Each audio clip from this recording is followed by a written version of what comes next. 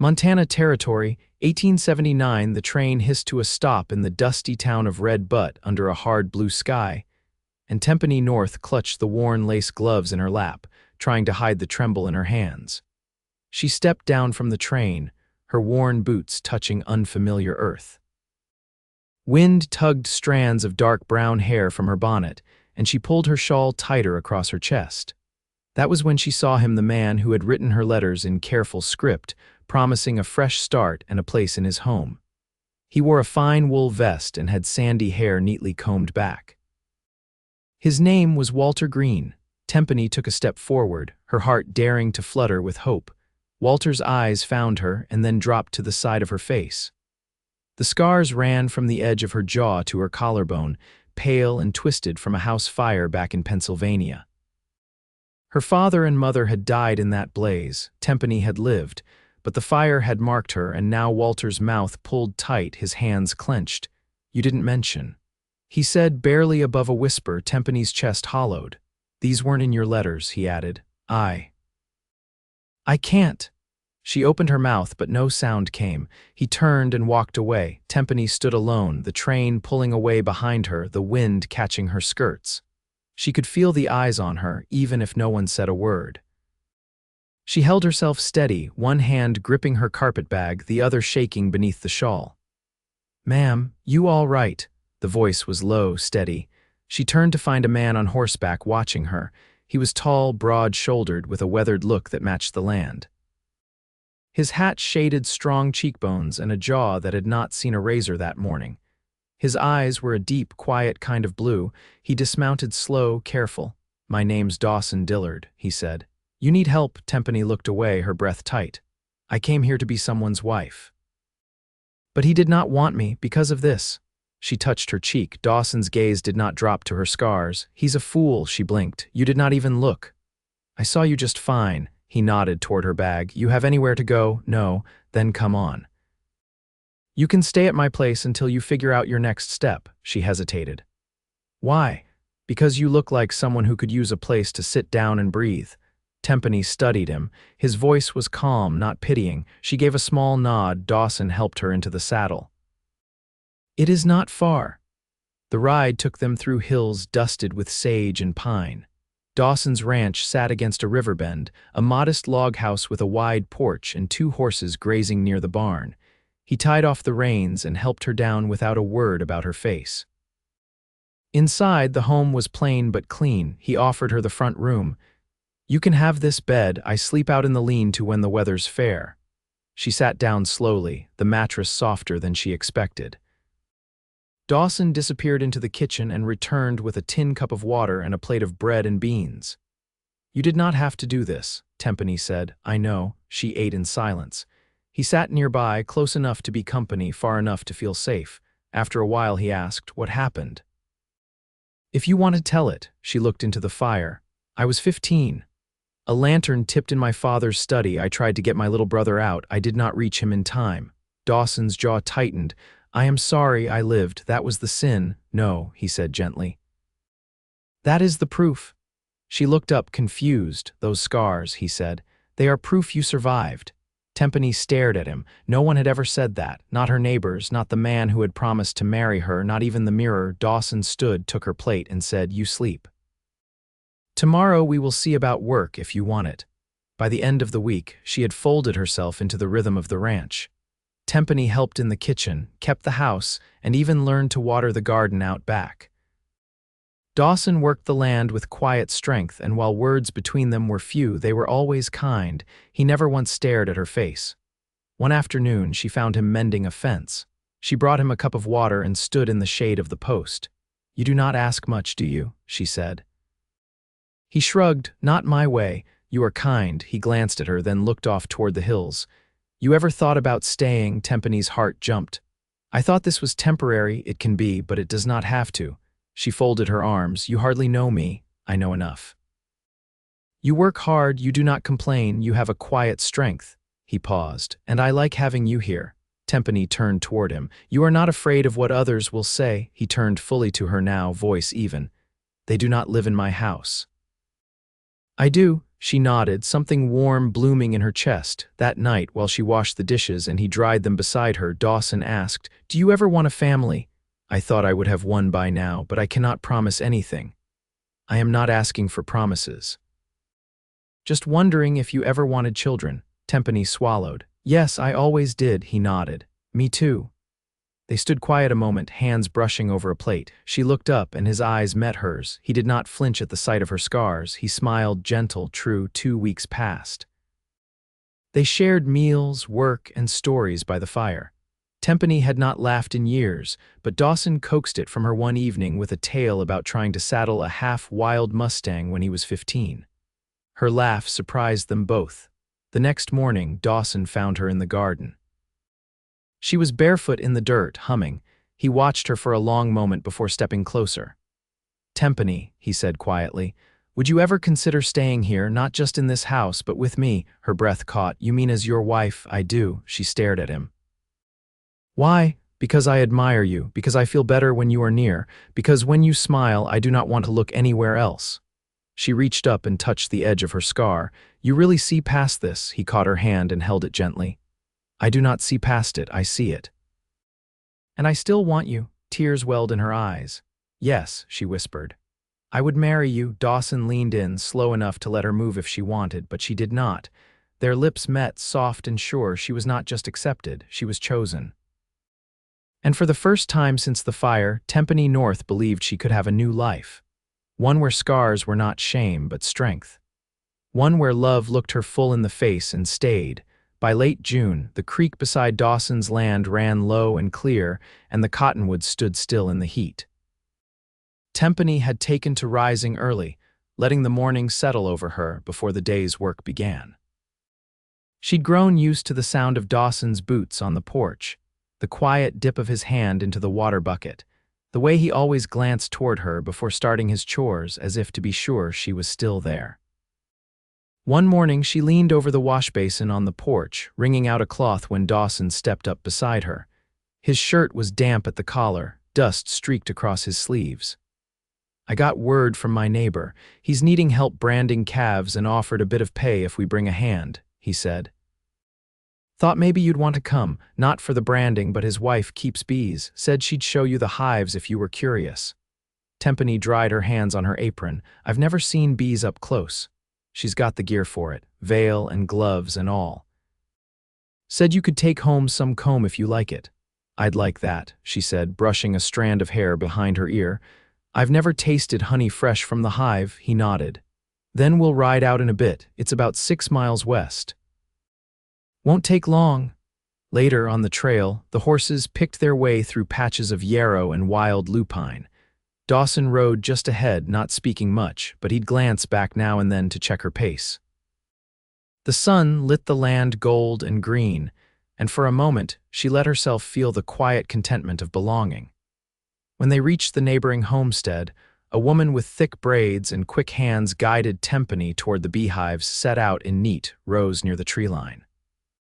The air buzzed around them, thick with the hum of wings. The woman helped her into the veil, tied it snug, and handed her a smoker. "Just keep the smoke steady, calm movements," the woman said. "They don't like surprises." "But they're not mean, just protective." Tempany worked slow, her breath steady behind the mesh. The bees rose and settled like breath on the wind. When she lifted a frame heavy with wax, she felt a strange peace in her chest. The bees moved over her gloved hands like they belonged there. That evening, Dawson handed her a small jar of honeycomb wrapped in cloth. "They sent it for you," he said. She turned the jar in her hands. "It's beautiful." "It is." He leaned against the porch rail, the sky going soft behind him. "You look easier than you did a month ago." "I feel easier," she said, her voice soft.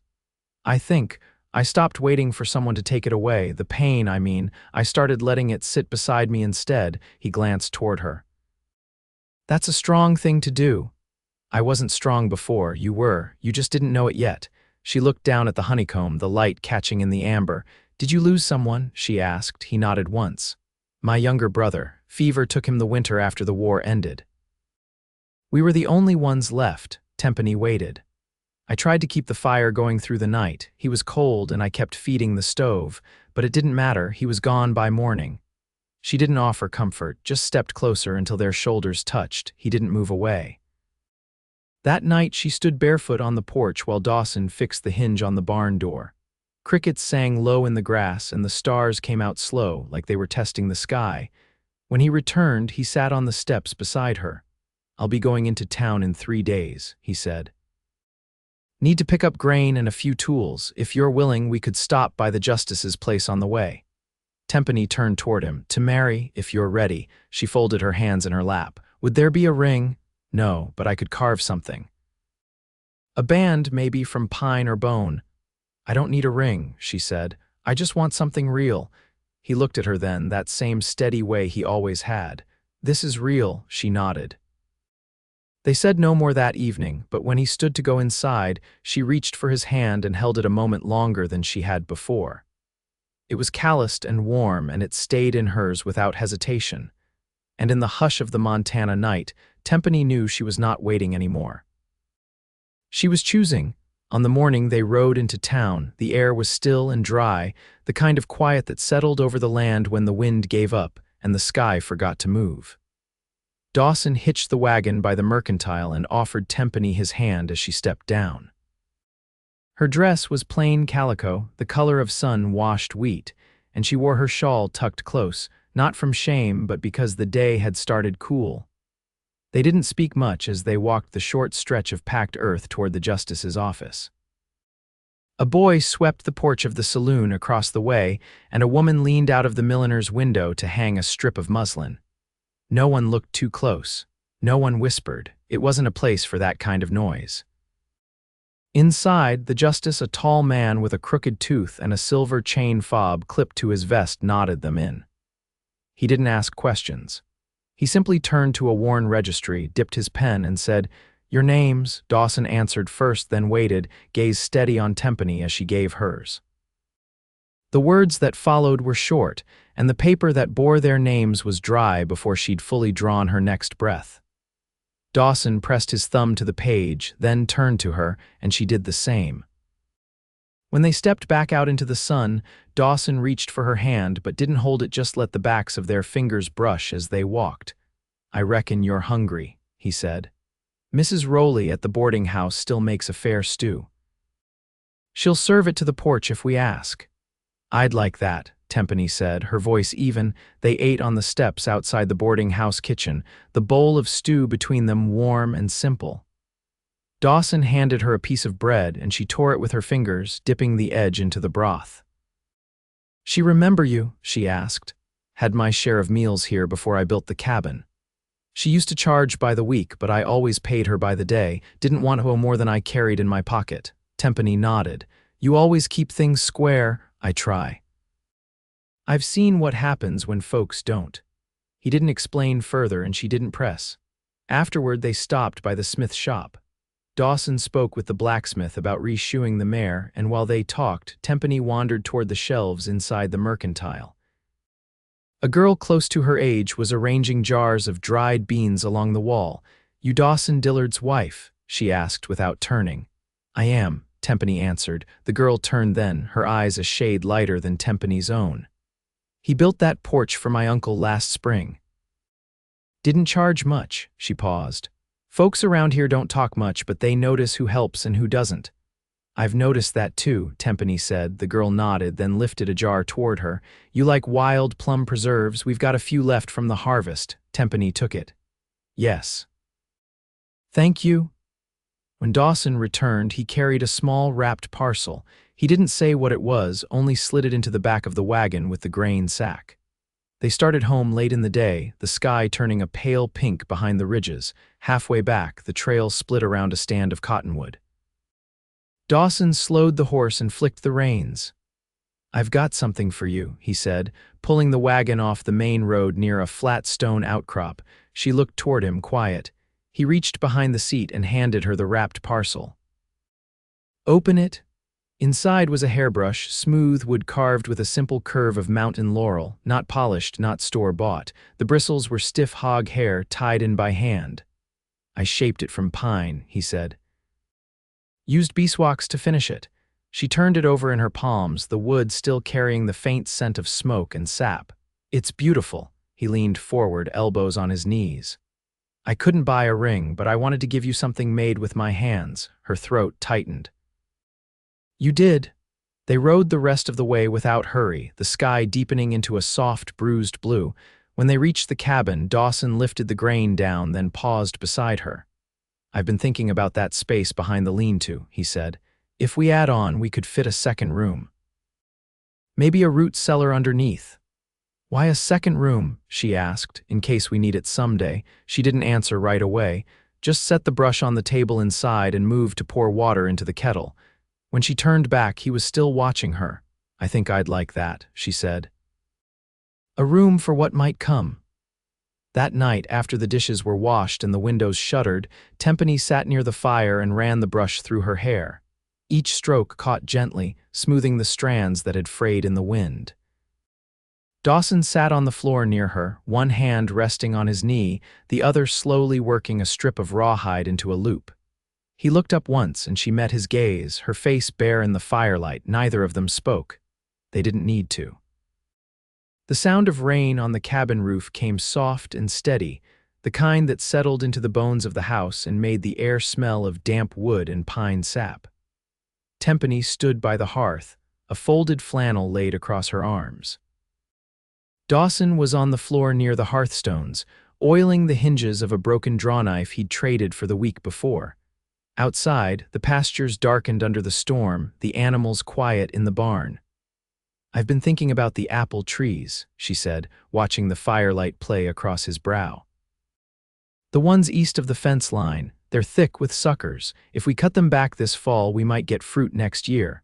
Dawson nodded, wiping oil from his hands with a square of cloth. "I've got a grafting knife in the shed. We can try shaping the younger branches. Might take a few seasons." "I don't mind the wait," she said. "Not if there's something worth keeping at the end." He looked up at her then, slow and quiet. "You always speak like that. Like you're planting things even when you're just talking." She folded the flannel, placing it in the chest near the door. "When everything you had once went to ash, you learned to think about what might last next time." Dawson stood, brushing the knees of his trousers. "You ever want to leave this place, try for somewhere else?" "No," she said without pause. "This land feels like it sees me. I don't have to explain anything to it." He crossed to the window, watching the rain bead along the sill. "I never planned on sharing this place with anyone. Didn't believe in luck that held." She stepped beside him.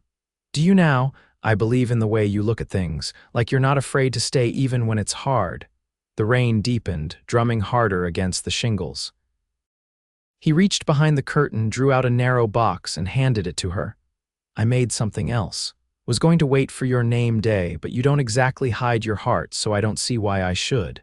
Tempany lifted the lid. Inside lay a pendant carved from antler, the shape of a mountain ridge etched into its face. A thin leather cord was looped through the top. She ran her thumb across it. "Is that the ridge north of the pasture?" "It's where I first thought I might love you," he said, voice low.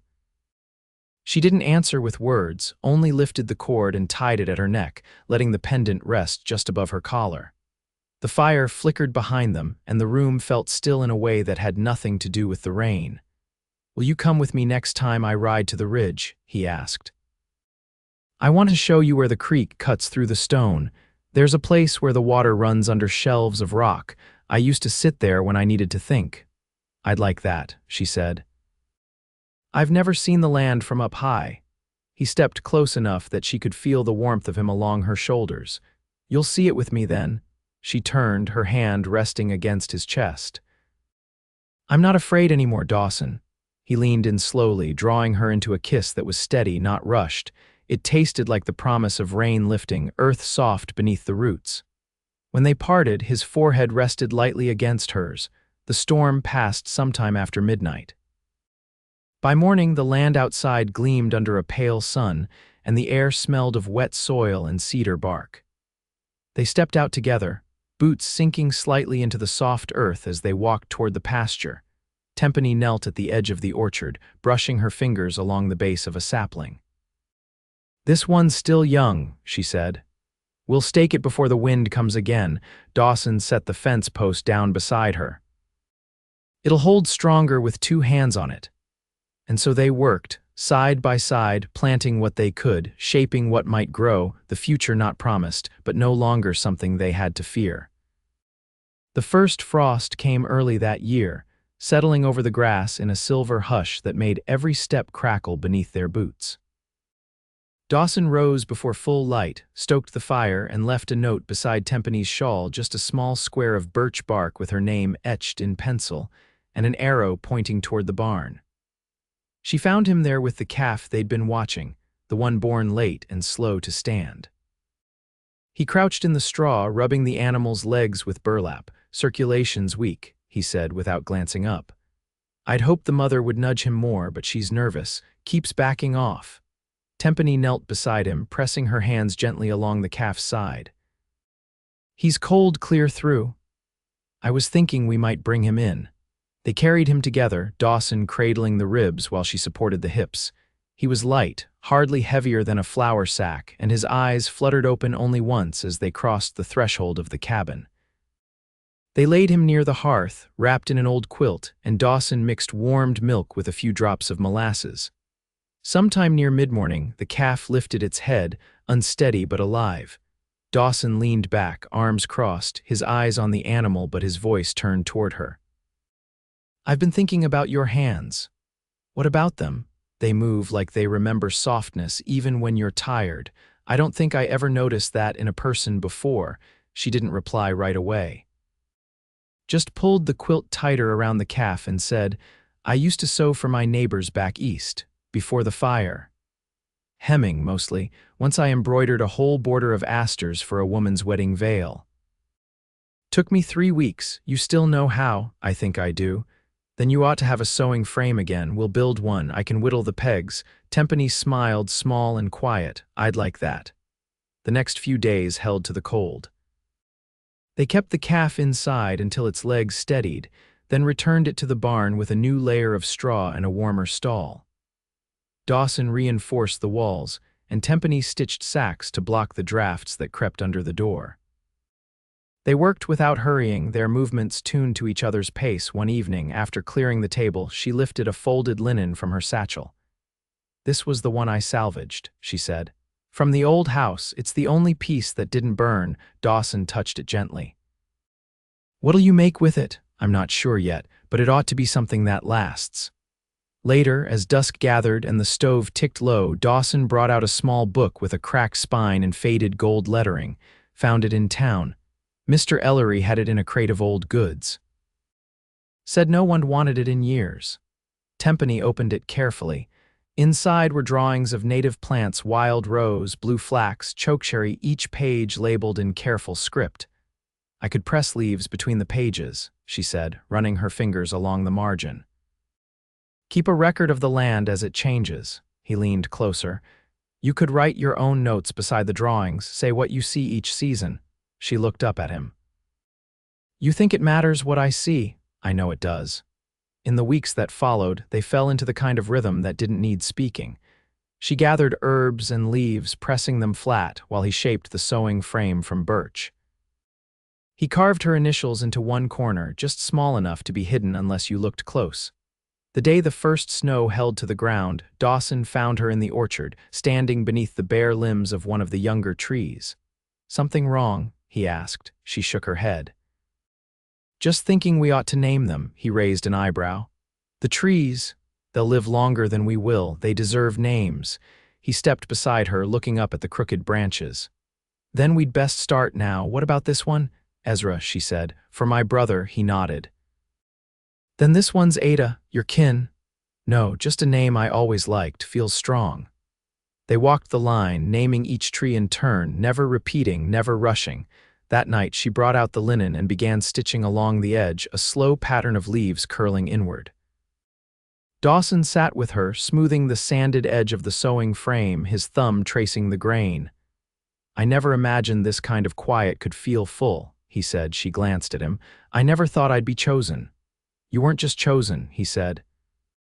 "You were the only one I wanted." She set her needle down, reached across the small space between them, and laced her fingers through his. He didn't speak, just held on. By spring, the orchard buds opened into soft green, and the calf, now grown sturdy and sure-footed, bounded through the pasture. The sewing frame stood by the window, and the book of pressed leaves had begun to thicken with pages.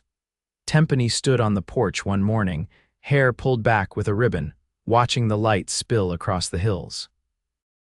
Dawson came up behind her, wrapped his arms around her waist, and rested his chin against her shoulder. "I've been thinking," he said. "If we have a daughter, I'd want her to have your steadiness." She leaned back into him. "And if we have a son, I'd want him to have your fire." They stayed like that until the sun rose high enough to warm the boards beneath their feet. In time, the root cellar was dug, the second room added. The orchard bore fruit. The sewing frame grew worn at the edges from use. And the love between them didn't burn fast or bright. It lived like a slow ember, steady, deep, and enduring. They never left the land. They never had to.